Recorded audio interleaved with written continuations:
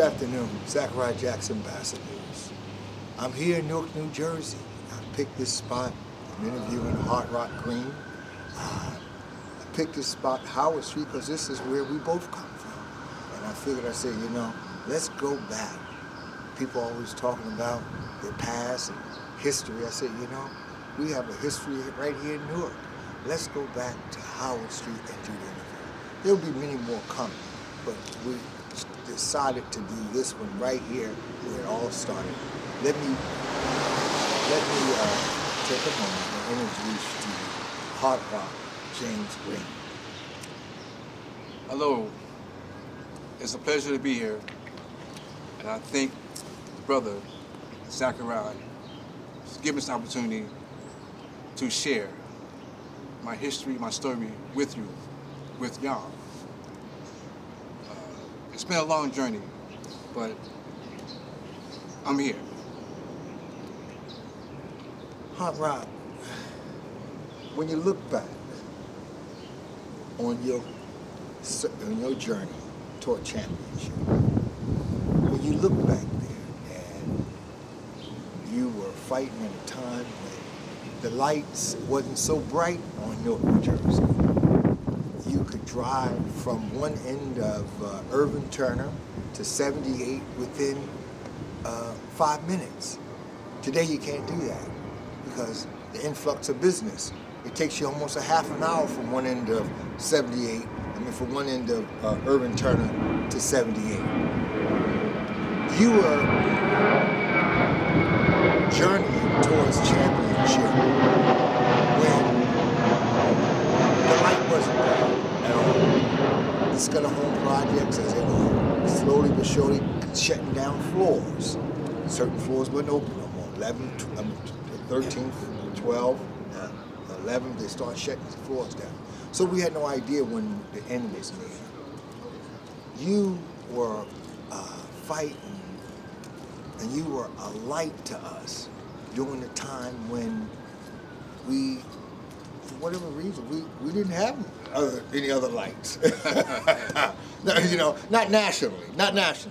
So when you would come on TV, Channel 4, I believe, with Merv Albert. Right, Freddie Pacheco. Yeah, Pacheco. Yes. Checo and everything, which was Ali's fight doctor. Right. So you gave us some energy, Yes. and we couldn't wait. We couldn't wait to see you, and stuff of that nature. We were so excited to have you. And what is it like to look back on that Hard Rock? Wow, it's a beautiful thing to look back on that moment as I've taken my journey. The Howard Street, like I said, it's my stomping grounds. This is where I was just like my bread and butter. It's like I grew up right here, and to be amongst the people in that era at that time, it just gave me good incentive to do something, make something different on my life. Like I said, I had little, barriers and obstacles, whatever, but at the same time, it's like, telling myself, we can do this, we can get out of here, we can get through the cracks and everything. Sure. And, I know it was a way out. And by me being a fighter, like fighting and doing different things, whatever, at that time, at my age, it's like, man, it's something I know God has given me a gift, something that take this thing further than what I was doing it here, doing it at that time. So, it just gave me a brighter look, knowing that I can make a difference in changing the way we live at that moment. Give other people inspiration or uplift them, help them, in the direction they need to go.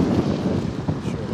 So I just can't say enough, man. It's like. And we can't say enough to you because you truly, for us middle-aged OGs, you truly was our champion. Yes. You truly. I want to go back to a fight, March 30th, 1985. The Courage. With 21 victories, 15 via the As I knockout route introduce you right now. and 5 successful title defenses. They're talking about you. And James Hard Rock Green with a mark of 20 wins, 4 losses since he was stopped by Mugabe on the 19th of February 1984. He beat Gary Coates in November of 84 in Atlantic City and beat Jake Torrance 2 months ago today. Green, 4 years older. Curry with a 5-inch height advantage. Curry came in at actually 154 and a quarter, which is a quarter-pound over the limit. Took off the quarter-pound 20 minutes later. Hard Rock, when you stepped into that ring, we all was kind of right there with you. And, we look back on that right there. We have to salute you. When you fought Curry, what was your strategy? I was talking to a young man the other day, and he brought you up. He said, I seen Hard Rock Green on your Facebook page, right? And then he brought up that movement that you did, where you almost marched, where you did a stomp or whatever in the ring. You know what I mean? Yeah, and he did it too, and relating it to you. He said, I seen Hard Rock when he did this stuff. I said, yeah, And so, you see how things are, Yes. This isn't dead treasury. This treasury is above ground. Yes. Exactly. Yes. That Kerry fight, I wanted to fight. I wanted to fight really bad, but it was like it wasn't to my satisfaction. Okay. Spiritually, mentally, I really wasn't 100%, saying that they were pretty much trying to like just flip the cards on me, flip the table on me, Sure. Whereas the opposed got this much, which is 150,000. They gave me this much, which is 50,000. And I was like forced into the fight to a degree, And when you've been forced to do something, whatever, you're not fully 100%, in it, right, because it's like your mind not really focused on it, So it kind of like had me like pulling me away from the fight. Sure. I mean, physically, I was there. I mean, I was strong as a bull, man. You know what I'm saying? But mentally, knowing that I know they was thinking what I want, what I asked for, whatever. And spiritually, it's like I was like wasn't really on top. You know what I'm saying? So it kind of like had me like laid back, like, you know what? I'm just go out there, man, just put on a little show, but at the same time, I'm not gonna give them my all because I feel as though I deserve more than what I'm getting. So I just like, wasn't really participating the way I should. Sure. So I like, it kind of like, it got over, man. Even though I got thunder in the eye, and I'm like, you know what? I'm gonna say, man, I was gonna go down on one knee, but they said, nah. I just say, man, you know what? Forget it. I couldn't see. I ain't No want to mas. fight. So Exactly. no mas as Exactly. Roberto Man said. Exactly. Let me ask you this, Hard Rock. What was your practice and training? Was there some special training that you did? Or did you run 10 miles a day? Or what did you do? Well, my training consists of I had an awesome trainer, man. I mean, I wore a weight jacket, 30-pound weight jacket, 5 pounds weights on my wrists, and I had ankle weights on, and I ran hills, and it was awesome, man. And also, I hit bubble. I mean, my man threw bubbles out with wrist weights on. I threw punches at the bubbles as fast as I could, just to build my speed up, The power was there, but I wanted to increase my speed. Sure. So the training was extensive, and I loved it, man. You know what I'm saying? I mean, it's like, I was like unstoppable, man. Yes, we felt that. People gotta understand, when it comes to boxing, it's 3 levels of boxing. Go ahead. You know what I'm saying? I mean, you deal with the mental, the physical, and the spiritual. And if those not working combined together, you're gonna be lacking somewhere in that area.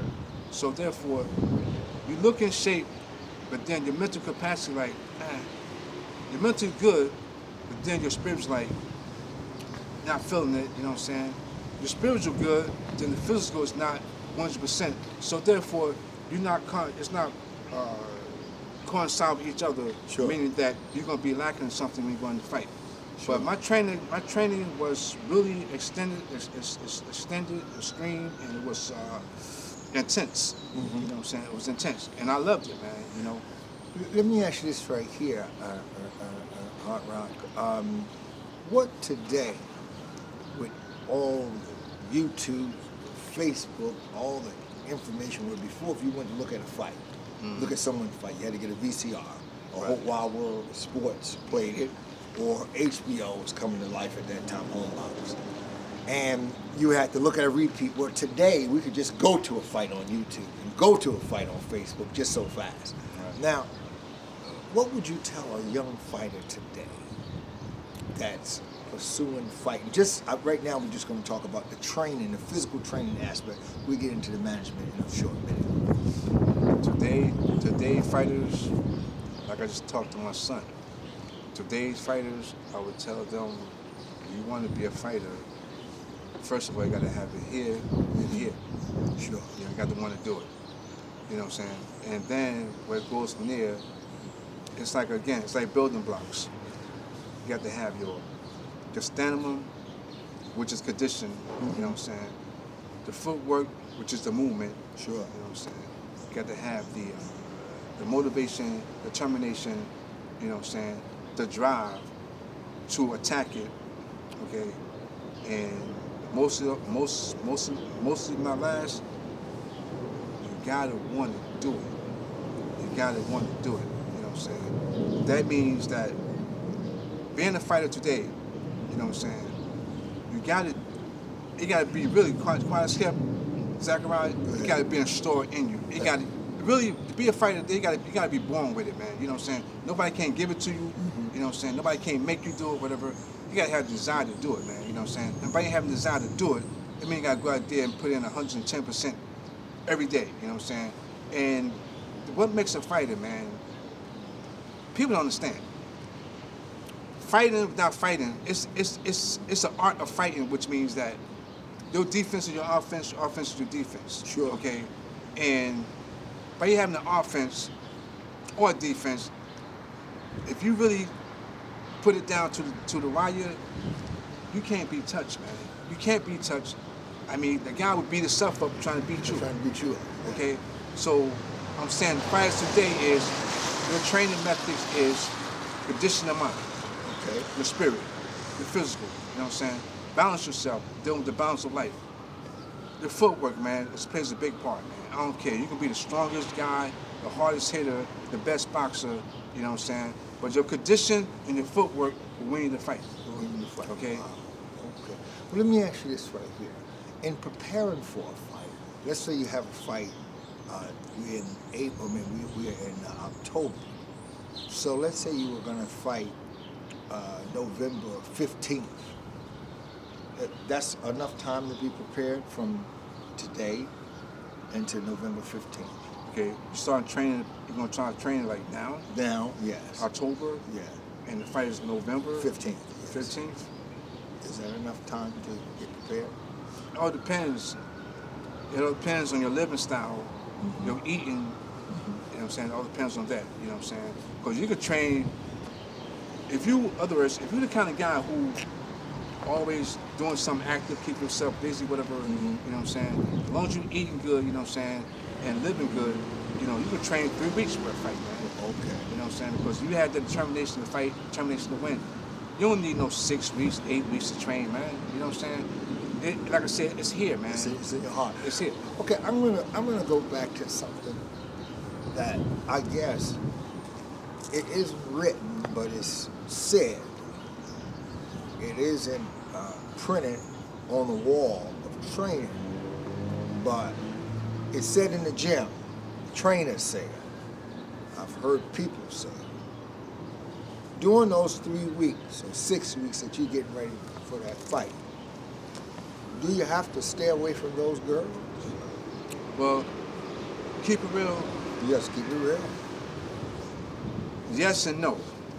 I'm saying that because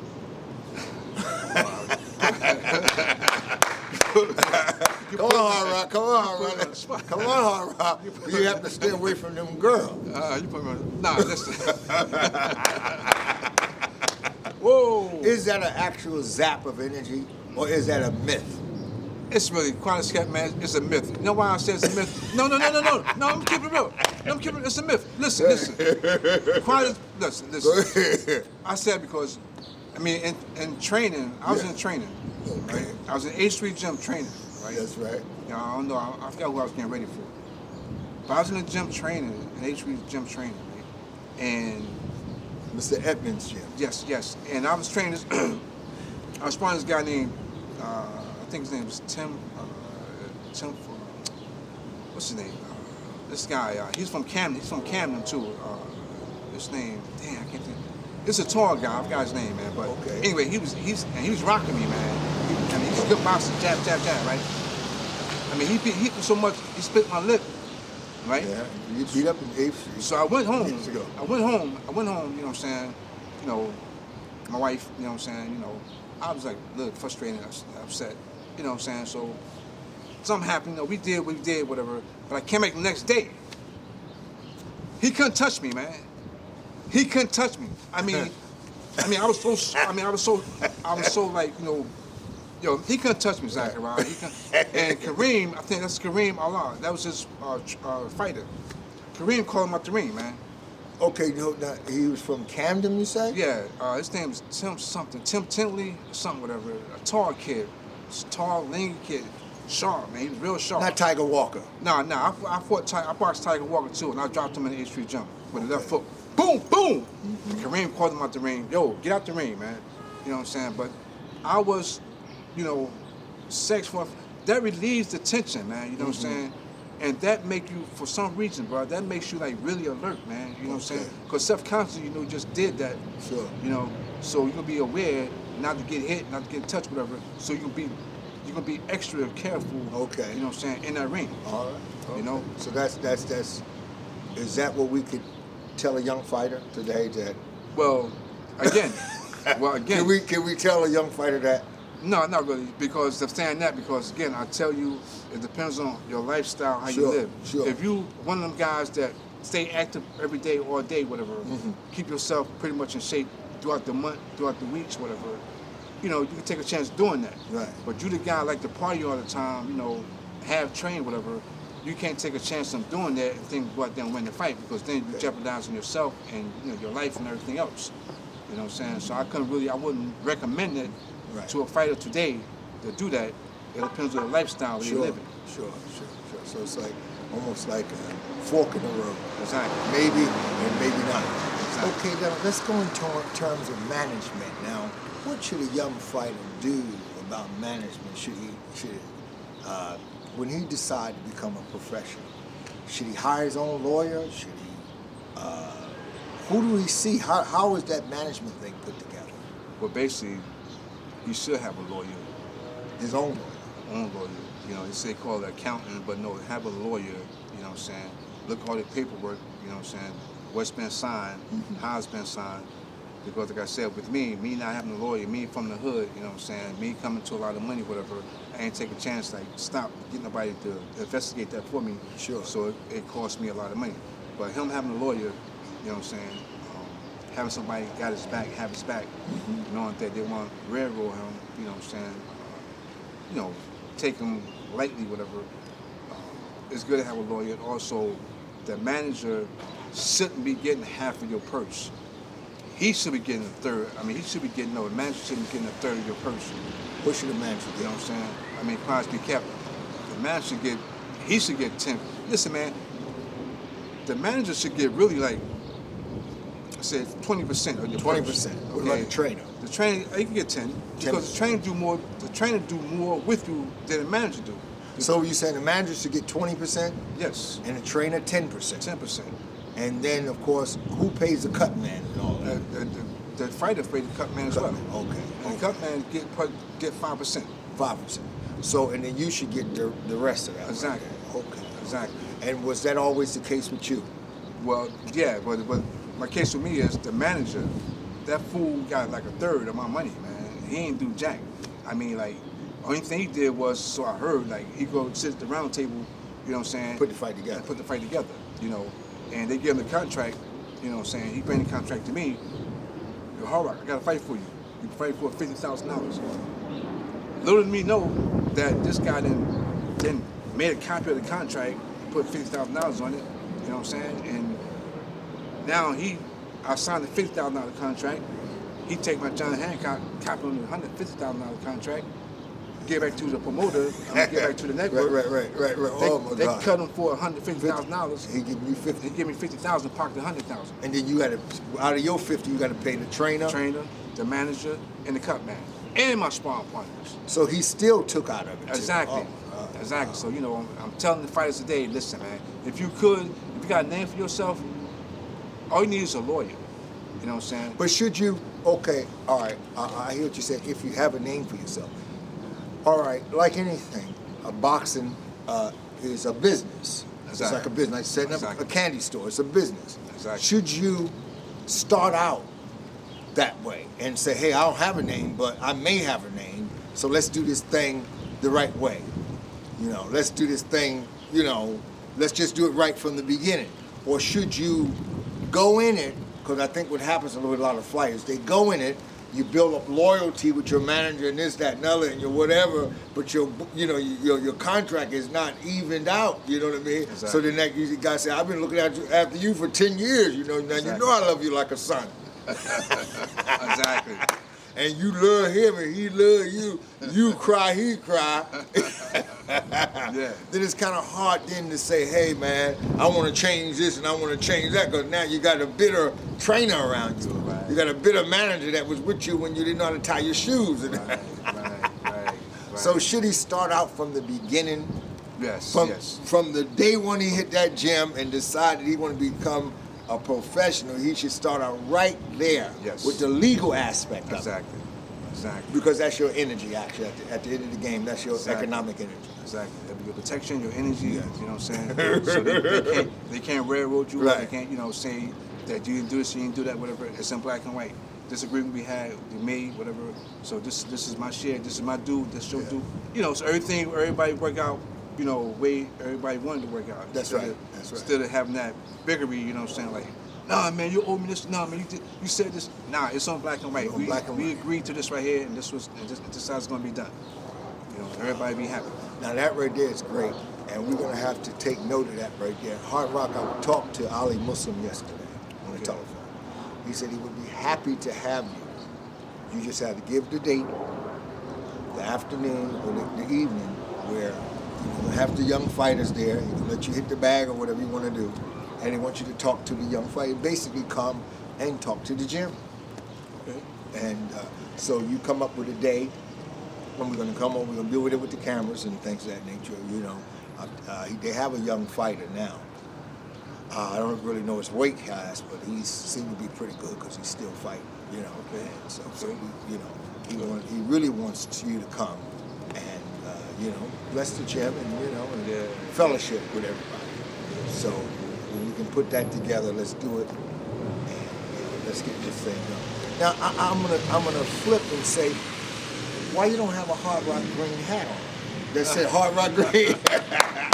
Or T-shirt, you know what I mean? You got somebody else's T-shirt on. Hard Rock? Yeah, I know. You're Hard Rock green. Yeah, you're right. I mean, I should. You're like a former president. You're Hard. Yeah. Barack Obama don't wear Bill Clinton shirt. Bill Clinton ain't gonna wear Barack Obama shirt. Exactly. Best believe it. Yeah, you're right. So you know. Yeah, I got some shirts stored away in my closet somewhere. You need to pull them out. You know what I'm saying? You need to have that Hard Rock thing. Yeah. Because the people in Newark, and I say this right here affectionately, because you know, I really don't know anything but my family has been in Newark since 1927. We come from a state called Georgia in 1923. We went to Elizabeth, New Jersey, and then we came here to Newark, and we've been in this area, this Central Ward area, since 1927.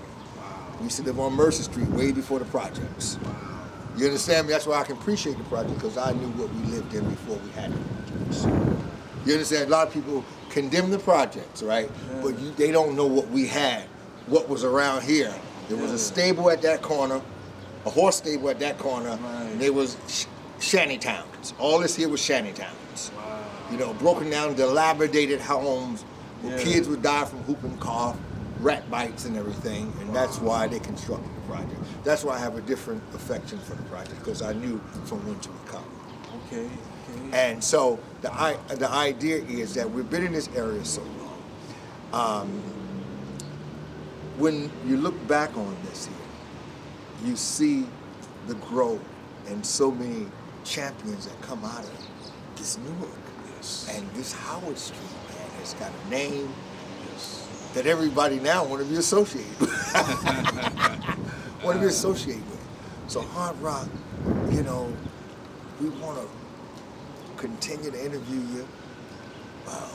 We want you to sell some of that paraphernalia there. Get some of that stuff. We want your names on some jackets or something, you know? All right, bro. Because we want the people to remember who Hard Rock is.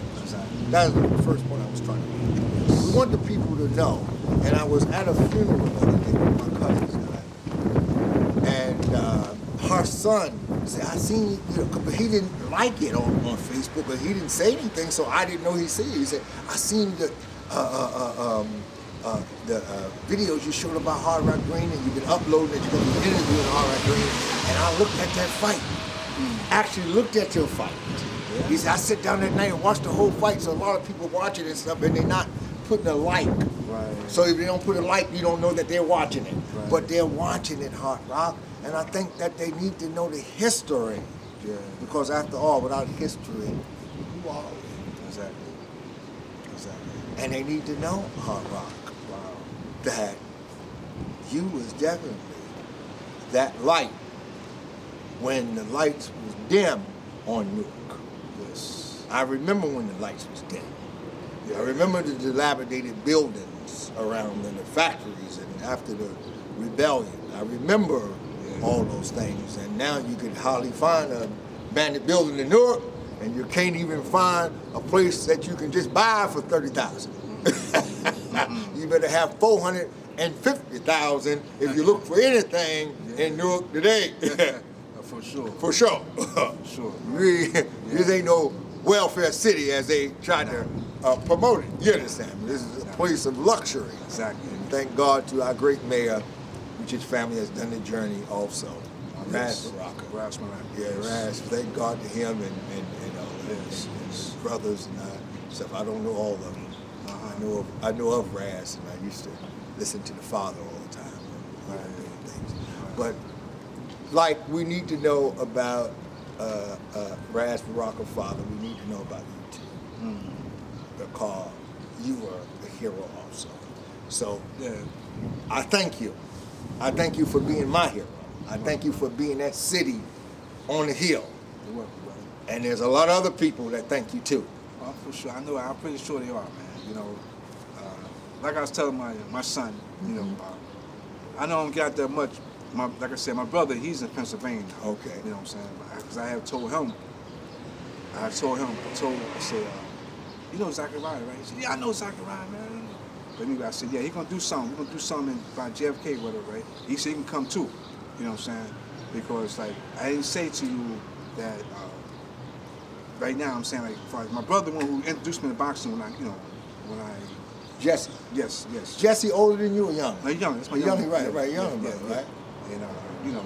Because Jesse could box, though. Box like a champ, man. Like a champ, you know. It's my brother, man, you know what I'm saying? And we used to box all the time, man. And my brother was sharp, man. I mean, he, you know, he's better than me, you know what I'm saying? Jesse was always like a teacher, though. Yeah. Like he could beat you up and teach you at the same time. Yeah. Because I used to ask Jesse all the time when we would sit right here on this very bench, this very stoop here, JFK. I used to always say, teach me how to fight. Yeah. I used to ask him that right there. When he see me, he'll remember that. I used to ask him all the time, so teach me how to fight. Because he knew how. Because sometimes he would be sparring with the guys down here. Exactly. And talking to the cats and telling them what punch they didn't throw right. Exactly. Yeah, that's something. That's what I'm talking about, that history, man. Yeah, that's something. That's history. That's history. Yes. That need to be told.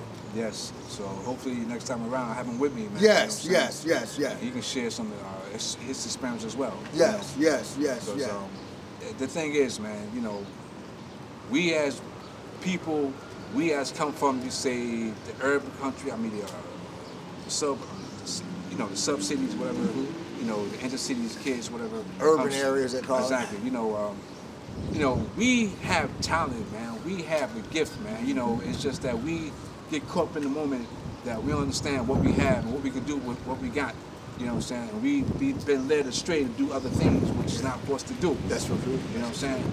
Because somewhere deep down inside, when you come from a city, a big city, you come out of the projects, you believe that you owe those people that might have not come from the project an apology. When the truth of the matter is, you owe them anything. You believe that. You believe that there's a higher mountain than the Scudder Projects. Yeah. Well, I'm here to tell you, I've been around the world, on different airplanes, done this, that, and the other. When I look back, if I had to go to war, when I look back, my troops, I would pray that God brought them from Howard Street, from the Scudder Projects, which was Howard, Lincoln, Mercer, and Broome Street. Yeah. Because they'd never had a lawyer or a bunch. Nah,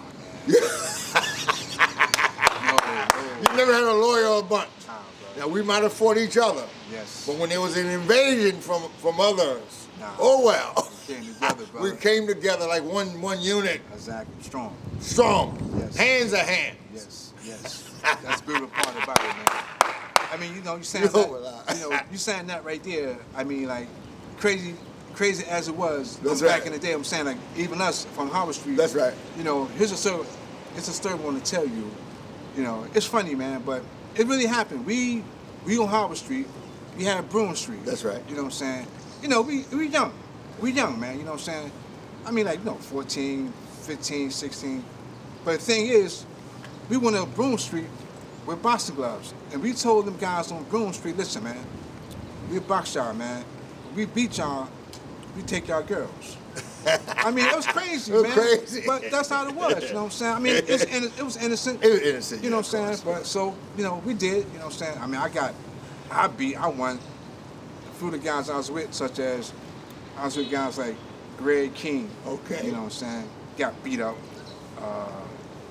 Andre Kimball. Oh, remember Kimball? Got beat up, Broome Street. Spanky Best. Spanky, yes. He was pretty good. I think he won his fight. You know what I'm saying? Yes. His brother Lenny Best. Mm-hmm. You know what I'm saying? I think he won his fight. Who else? Who was with us? I think Dennis Raymond. Okay. Dennis Raymond lived on Howard Street right here, second floor. Okay. Matter of fact, he won with Randolph's sister.